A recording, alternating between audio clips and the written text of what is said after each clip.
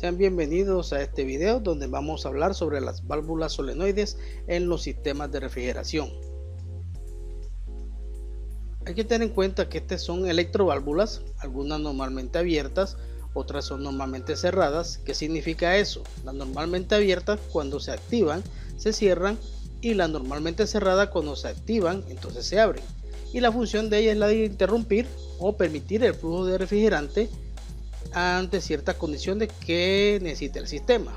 Por lo general tienen un sentido de flujo ya definido y no pueden hacer cruzar o pasar el refrigerante en ambos sentidos, salvo algunas excepciones de solenoides especiales. En cuanto a los sistemas de conexión de ellos a la tubería, las hay con conexión soldada, en este caso son para conexión soldadas, y para conexión de tipo roscada para otros fluidos refrigerantes o inclusive fluidos no refrigerantes. En las partes internas podemos ver, aquí identificar, tenemos la bobina solenoide, que es en este caso cortesía Danfoss, de color azul.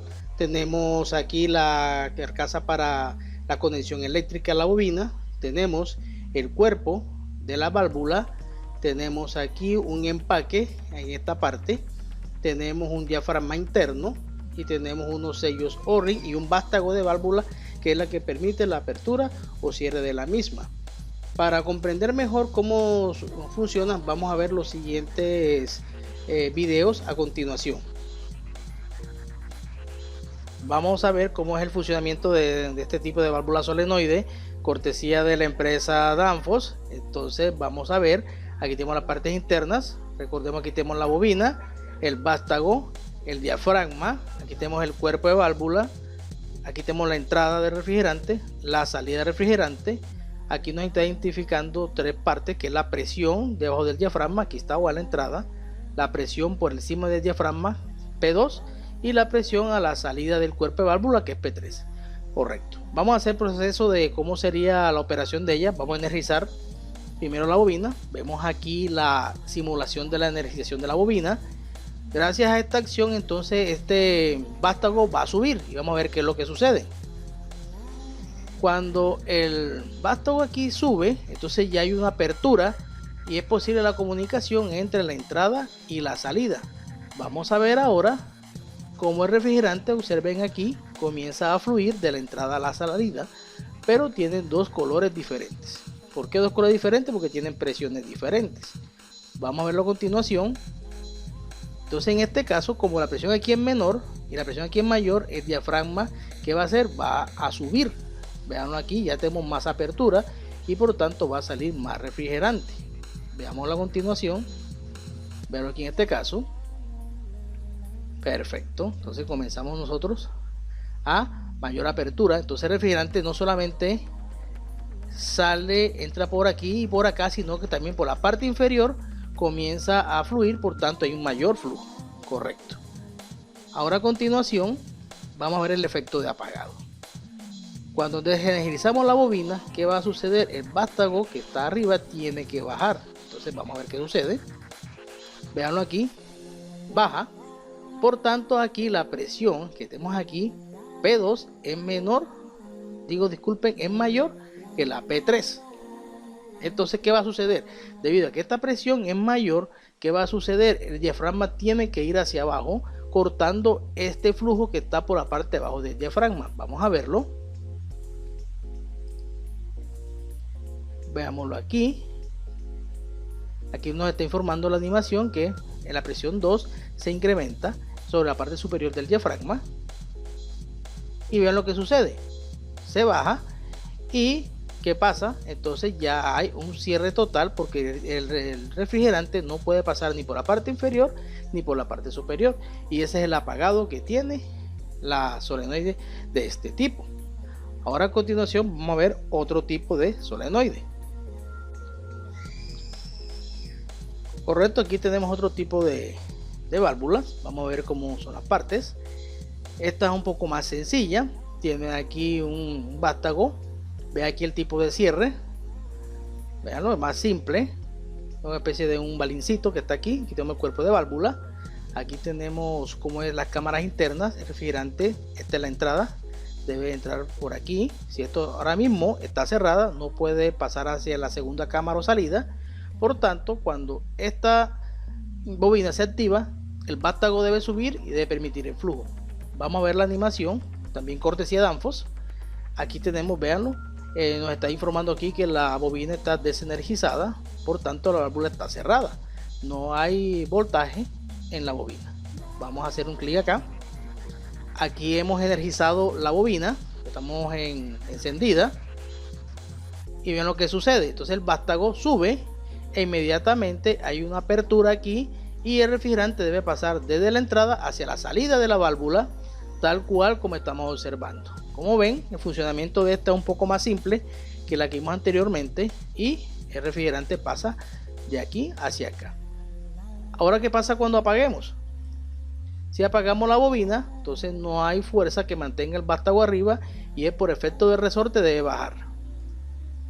Veanlo aquí, cómo baja y hace la obstrucción a la salida de la válvula, o tal cual como estamos observando. Como ven, su funcionamiento es bastante sencillo y de esta forma es como operan este tipo de electroválvulas. Bien, después de haber visto los videos, vamos a analizar las posiciones de trabo de las solenoides.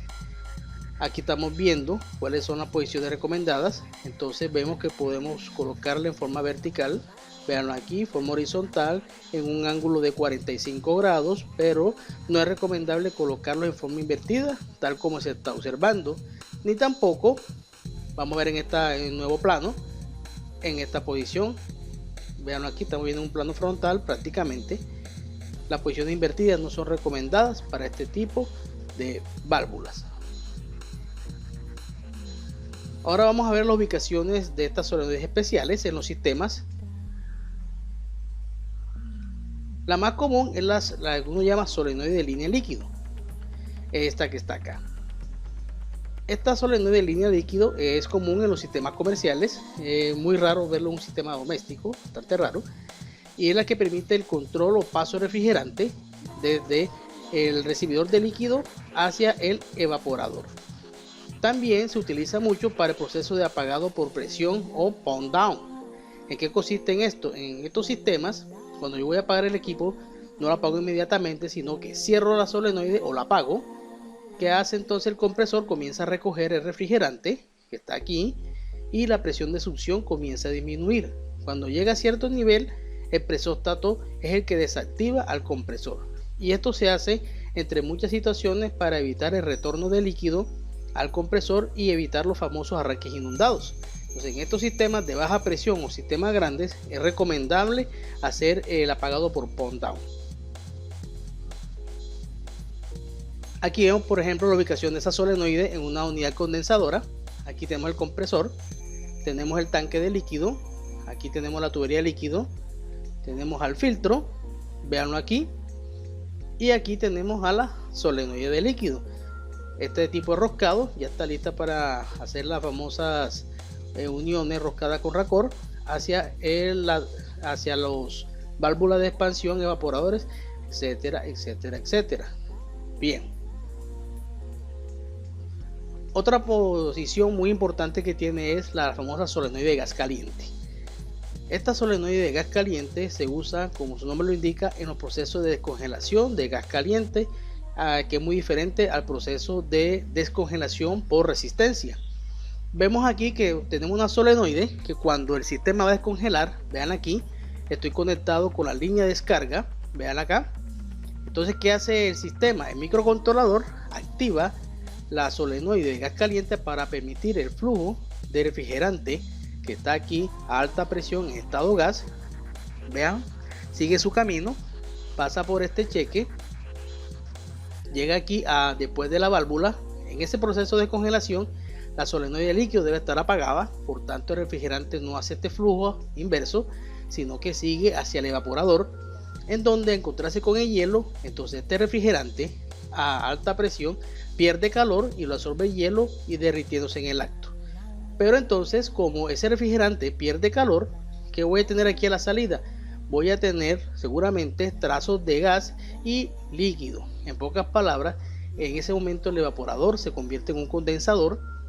Por lo tanto, aquí voy a tener yo una mezcla de refrigerante en estado líquido y gaseoso a alta presión, condiciones que si llega en este estado al compresor lo voy a dañar.